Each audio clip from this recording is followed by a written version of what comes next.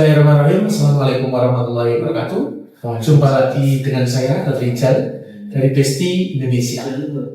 Kegiatan hari ini adalah suatu hal yang baru. Kita melakukan bincang sehat dengan tamu saya, Ustaz Musir. Ya. Assalamualaikum Ustaz. Waalaikumsalam warahmatullahi wabarakatuh. Saya jelaskan dulu tentang bagaimana kurikulum vitae Ustaz Musir. Ustaz Musir bernama panjang adalah Musir Abdul Hudallah, Musir Hudallah. Dengan tempat tanggal lahir Bojonegoro 2 April 1983. Beliau bertempat tinggal di Gria Permata Sumbang nomor 4 Sumbang Bojonegoro.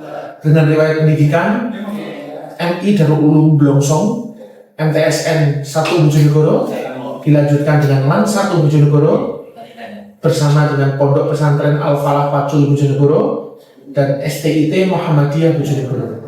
Dengan pernah riwayat pekerjaan, pernah mengajar. Beliau ini seorang ustadz dan seorang guru, mengajar di MI Muhammadiyah 19 Gunung Sari Borno pada tahun 2008 sampai tahun 2010. SDIT Intan Permata Bojonegoro, beliau mengajar di SDIT Intan Permata pada tahun 2010 sampai 2019. Dan kemudian sekarang beliau bergabung di MTS Besti Darul Ilmi Trucuk pada tahun 2021 sampai sekarang.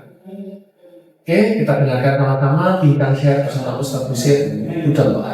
Ustaz Musir, bagaimana kabarnya Ustaz? Alhamdulillah sehat Ustaz. Alhamdulillah sehat. Alhamdulillah. Ngajar di sini sudah berapa lama Ustaz kira-kira? Saya ngajar di sini di MTS Besti Darul Ilmi Trucuk ini dimulai tahun 2021 sampai sekarang. Oh, berarti kira-kira sudah hampir 3 tahun gitu. 3 tahun insyaallah. Boleh bercerita Ustaz tentang bagaimana nih suka duka mengajar di MTS Besti ini? Oke, baik. Yang jelas kalau saya di Besti ini termasuk asabikuna awal. Luar biasa. Orang awal di mana pada saat itu saya ngaji di suatu tempat, kemudian bertemu dengan Pak Yusuf. Bertemu dengan Pak Yusuf. Di waktu itu Pak Yusuf sedang membangun ini pondok ini, membangun pondok ini. Nah, pada saat itu beliau belum punya siapa yang mengasuh pondok ini, belum punya.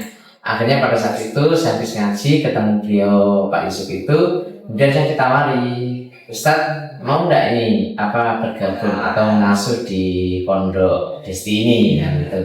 Ya saya sampaikan, insya Allah saya bersedia. Berarti itu kemudian Pak Yusuf bertanya juga terkait bagaimana nih Ustaz, apa cara-cara untuk mengurus izinnya dan sebagainya. Kemudian Pak Yusuf tak sampaikan, insya Allah kalau pengurus izin saya siap, saya bisa, karena insya Allah teknis bagaimana berizin dan sebagainya saya sudah punya semuanya lah, punya pengalaman di situ. Akhirnya alhamdulillah pada waktu itu saya membuat proposal dan sebagainya, yang mana proposal saya kirim ke Jawa Timur, ke Kemenak Jawa Timur, dan juga saya kirimkan ke Kemenak Bojonegoro, dan alhamdulillah izin operasional pondok dan lembaga di sini di MTS Besti Darul Ilmi ini terbit, gitu ya, terbit. Kemudian saat itu pula untuk santrinya bagaimana, gitu ya. Santrinya itu saya sering masuk ke sekolah-sekolah SD itu memberikan saya katakan saya promosi gitu ya, promosikannya sekolah baru. Nah, sekolah baru, kemudian saya promosi di sekolah-sekolah. Kalau tidak salah sekitar ada 60-an SD yang saya datangi sekitar sini gitu ya, betul. Kemudian saya presentasi di Bojonegoro Kota sampai juga di Kalirejo sana, kemudian Pacul sini juga. Banyaklah sekitar hampir 50-60 lah itu yang saya sosialisasi ke mereka, dan alhamdulillah pada waktu itu takdir kita kan 20 santri. Nah, 20 santri alhamdulillah kita mendapati itu 20 santri itu. Alhamdulillah itu habis itu setelah saya mendapatkan santri-santri itu, alhamdulillah kemudian saya baru buka lowongan untuk guru untuk membantu sebagai tim kami ya, sebagai tim saya untuk di lembaga ini. Dan mengenai suka duka sih ya karena lembaga baru itu luar biasa. Babat alas, kemudian kita mencari dan juga banyak problem-problem yang luar biasa ya karena siswa baru pada waktu itu. Awal-awal tuh ya dari berbagai macam karakter anak ya, anak santri apalagi ini khusus sekolah laki-laki, pondok laki-laki.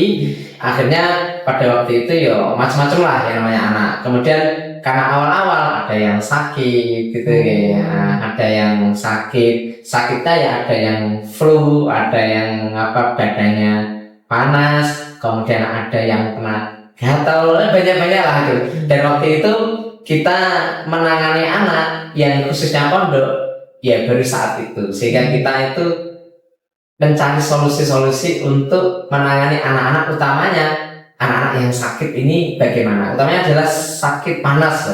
Mekanisme misalnya gini Ustaz, misalnya ini ada yang tanya nih, bagaimana sih saya supaya bisa jadi santrinya Besti, ini gimana sih ceritanya? Gitu. Jadi santrinya MTS Besti Darul Ilmi Telucuk ini gimana sih Ustaz? Gitu ya. Kalau ingin jadi santri di MTS Besti Darul Ilmi ini sebenarnya mudah.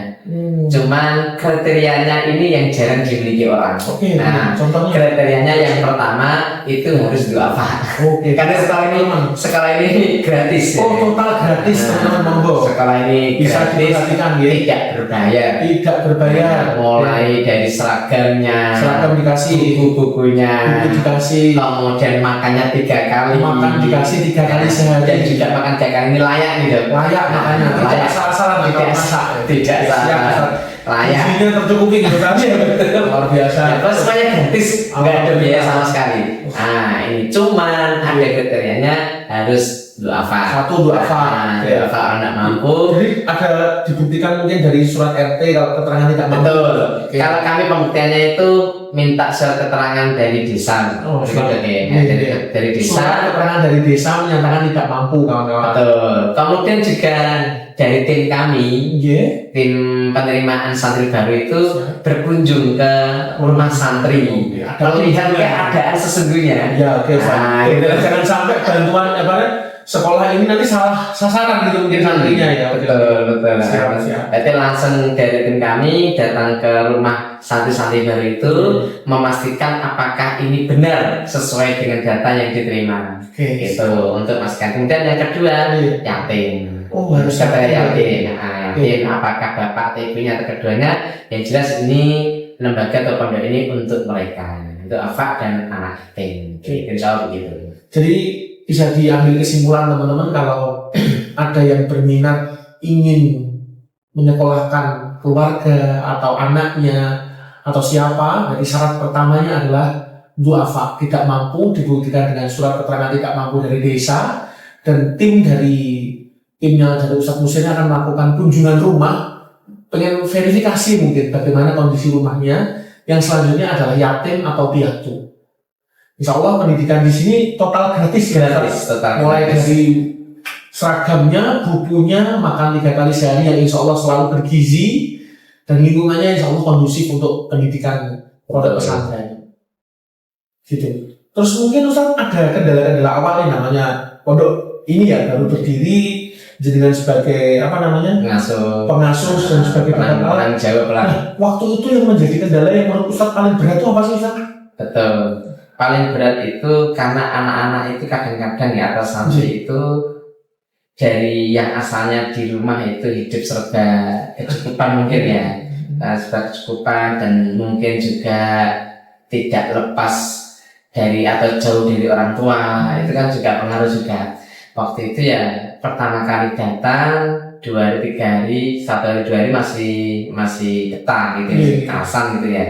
Kemudian di 3 hari berikutnya ada yang nangis, mulai tidak kerasa.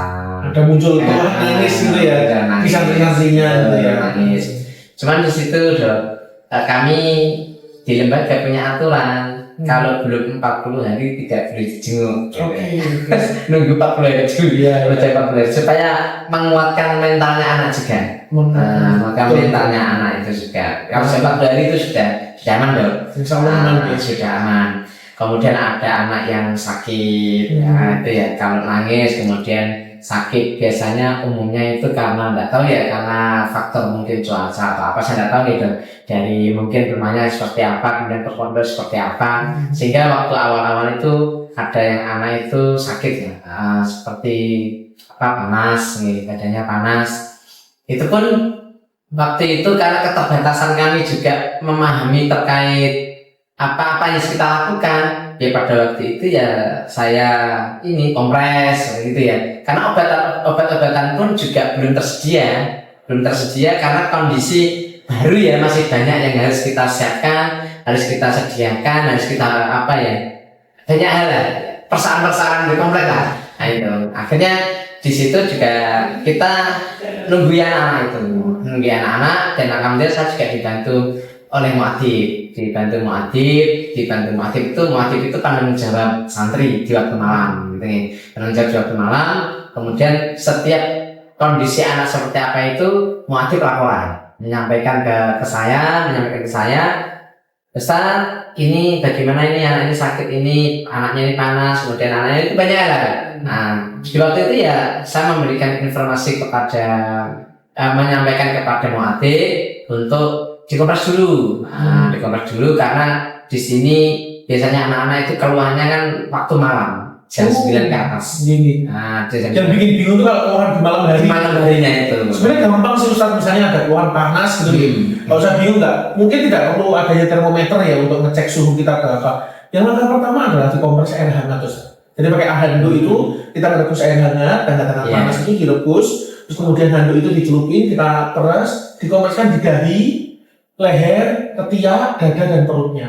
Itu aja. Nanti kalau ini jadi dingin, dicelupkan lagi sampai dia dingin. Terus juga yang penting juga banyak minum. Ya, itu banyak minum air gitu ya. Karena mungkin mulutnya pahit ya, mungkin bolehlah dikit-dikit kasih gula biar ada rasanya. Karena memang dasarnya orang sakit kan mulutnya pahit ya. Nah, makanya itu kadang perlu adanya tambahan gula atau apa yang bikin dia bisa minum. Dengan banyak minum ya, banyak pipis, insya Allah panasnya juga segera turun. Dan bila diperlukan boleh dikasih obat-obat penurun panas. Banyak kok atomnya seperti paracetamol, ibuprofen dan lain-lain. Kalau Ustaz bingung, besoknya, nah itu yang pertama kalau nggak ada obat ya udah dikompres sama banyak minum. Nah kalau bisa beli misalnya penurun panas ya, monggo boleh diberikan sesuai dosisnya. Biasanya di kemasan obat itu ada kok Ustaz, sirup ada, pil ada gitu. Nah kalau memang panasnya ini berlanjut, sebaiknya besok dibawa ke petugas kesehatan. Mungkin ke puskesmas atau ke yang lain. Waktu itu kita ya bingung gitu loh. Ya, malam hari anak-anak sudah biasanya apa ya, kayak apa ya, menggigil gitu ya, menggigil. Kemudian panasnya harus bagaimana, ini obat tidak ada karena sudah malam. Apotek pada tutup. Nah, apotek pada tutup. Ini apa yang dilakukan? Akhirnya ya kita untuk anak ya sabar dulu begitu. Ya hanya itu saja yang kita sampaikan ke anak. Kadang-kadang kalau kompres pun juga beberapa ada yang salah sih Ustaz. Kompres itu yang menurut saya betul adalah kompresnya air hangat bukan air dingin. Nah ini ya, potensial salah ini, potensial betul kan dia akan makin menggigil. Kalau kasih air dingin itu ya. Oke, kembali ke MTS Besti Darul ini. Boleh diceritakan juga maksudnya kegiatan santri ini hari-hari ngapain sih? Boleh diceritakan dari bangun, ngapain sampai dia tidur lagi? Oh iya, baik. Terima kasih. Di pondok atau di MTS Besti Darul ini kegiatannya kalau dimulai bangunnya anak-anak itu setengah 4. Setengah 4 itu persiapan di mana anak-anak tahajud ini. Tahajud. Dipimpin dengan siapa? Muadzibnya. Berarti muadzib membangunkan santri-santri. Tapi ada juga di dalamnya itu ada disterma. Disterma itu di antara santri yang diberikan tanggung jawab. Nah, itu namanya disterma namanya. Koordinator santri lah ya. Koordinator santri ya, namanya disterma. Itu dia membantu muadzib untuk membangunkan teman-temannya. Nah, setengah 4 kemudian tahajud. Setelah tahajud dilanjut dengan wirid dan baca Quran sampai menjelang subuh. Nah, subuh berjamaah. Kemudian habis subuh itu ada setoran hafal. Ada hafalannya ini langsung Al-Quran terus kelas pendek mungkin? Iya, kalau di kelas 7 itu targetnya juz 30. Kemudian kalau yang kelas 8 itu juz 2. Kemudian yang kelas 9 itu juz 3. juz 1, dimana kalau untuk yang kelas 7 itu 2 juz targetnya, juz 1 sama juz 2. Kemudian kalau untuk yang kelas 9 targetnya juz 3. Jadi ada 4 juz, berarti juz 30, juz 1, 2, kemudian juz 3. Jadi kelas 1 itu kan karena juga masih tahap belajar baca Quran, gitu dong. Belajar Quran di situ pakai metode Umi. Nah, kemudian di situ anak-anak targetnya 1 tahun itu sudah bisa baca Quran. Bisa baca Quran. Kemudian untuk hafalan Qurannya juz 30 itu sifatnya audio, mendengarkan dari gurunya. Nah, tidak baca sendiri karena anak-anak bacanya belum baik. Nah, setelah itu maka targetnya hanya juz 30, hanya 1 juz. Kemudian di kelas 2, kelas 8 gitu ya. Kelas 8 itu anak-anak sudah bisa baca, maka mandiri. Nah, mandiri maka targetnya 2 juz, juz 1 sama juz 2. Nah, kemudian kelas 9-nya karena anak-anak ini di semester 2 kan banyak ujian. Nah, maka targetnya hanya 1 juz, juz 3. Cuma alhamdulillah Dok, saat ini ada beberapa anak, lebih dari 5 anak itu sudah sampai hafal 7 juz. Alhamdulillah. Ini memang benar anak-anak ini maksimal dia di Tuh lihat, dengerin teman-teman, gratis, semua dibiayain, makanya dapat ada hafalan Qurannya pula. Ustadznya sabar-sabar, luar biasa. Terus habis store hafalan, setelah hafalan, anak-anak mulai persiapan bersih-bersih lingkungan. Bersih-bersih lingkungan mulai dari asramanya yang merapikan. Kemudian habis itu persiapan mandi, habis mandi sarapan sudah tersedia. Nah, kan sudah dimasakkan, ada tukang dapurnya sendiri. Oh, ada tukang dapurnya. Tinggal makan anak-anak. Jadi nggak bingung mereka beli makan, beli ini sudah makan sudah include. Sudah ready, dan makannya itu pun anak-anak sudah ngambil sendiri. Biasanya kalau orang sini, imbang sendiri lah gitu ya. Nah, nasinya sepuasnya gitu. Habis itu masuk ke lembaga. Nah, habis itu masuk ke lembaga pendidikan, dia belajar sampai jam setengah 10. Setengah 10 anak-anak istirahat duha. Nah, setelah duha. Duhanya ini bersama Ustaz? Duhanya munfarid, kita buat munfarid sendiri. Karena melihat kalau karena itu waktu istirahat, khawatir mengurangi haknya anak untuk istirahat. Jadi ambil wudhu dan duha sendiri. Kemudian yang sudah langsung bisa istirahat, mungkin di jajan dan sebagainya kan ya. Nah, karena waktunya hanya sebentar. Jadi dapat munfarid, mana yang segera ya segera. Dan situ sampai kayaknya 30 menit untuk istirahat 30 menit kita maksimalkan di situ. Kemudian jam 10 masuk sampai jam 12 kurang seperempat. Nah, jam 12 kurang seperempat anak-anak istirahat, semua istirahat, sholat, makan. Kadang-kadang anak-anak juga ada yang bisa tidur sebagainya sampai jam 1. Sampai jam 1 pembelajaran lagi sampai jam 2. Habis jam 2 anak-anak istirahat sampai asar setengah 4 mulai ngaji taksim. Nah, baca Quran, baca itu bagi yang taksim kelas 7. Kemudian untuk yang kelas 8 dan kelas 9 itu mufrodat, hafalan mufrodat, setoran hafalan mufrodat. Kemudian jam setengah 4 sampai setengah 5. Dan setengah 5 itu anak-anak bersih diri, kemudian makan sore. Kita buat sore makannya, dan habis maghrib anak-anak kegiatan berikutnya dia tahfidz. Setoran hafalan. Setoran hafalan 2 kali gitu? Iya, setoran hafalan sampai jam, jadi setengah 7 sampai jam setengah 8.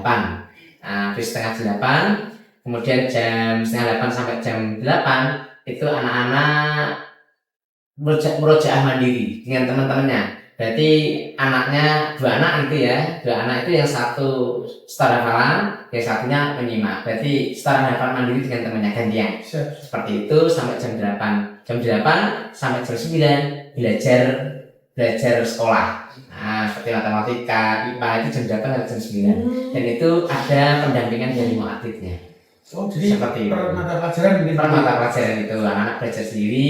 Kemudian juga kita sediakan perpustakaan untuk anak-anak ketika liburan atau libur nggak ada kegiatan belajar itu baca di perpustakaan. Kemudian jam 9 sampai 10 itu persiapan menata ruang tidurnya dan istirahat dan lagi setengah 4. Seperti itu gambaran kegiatannya. Padat sekali ternyata ya teman-teman. Jadi luar biasa memang perjuangan Ustadz Musir ini membina pondok pesantren MTS Besti Darul Ilmi di Trucuk ini. Kita doakan sama-sama semoga beliau selalu sehat, Ya, alhamdulillah. Amin. semakin Amin. Amin. barokah umurnya, Amin. Amin. semakin bisa menebarkan ilmu-ilmu yang diberikan oleh Allah kepada umat yang membutuhkan. Amin. Amin. Mungkin cukup sekian Ustaz. Jumpa pada siang ini sudah cukup banyak. Mungkin lain kali saya undang lagi untuk menjelaskan ya mungkin hal-hal yang lain yang ringan-ringan aja. Ustaz. Oke, insyaallah. Terima Oke, kasih. kita berdoa sama-sama semoga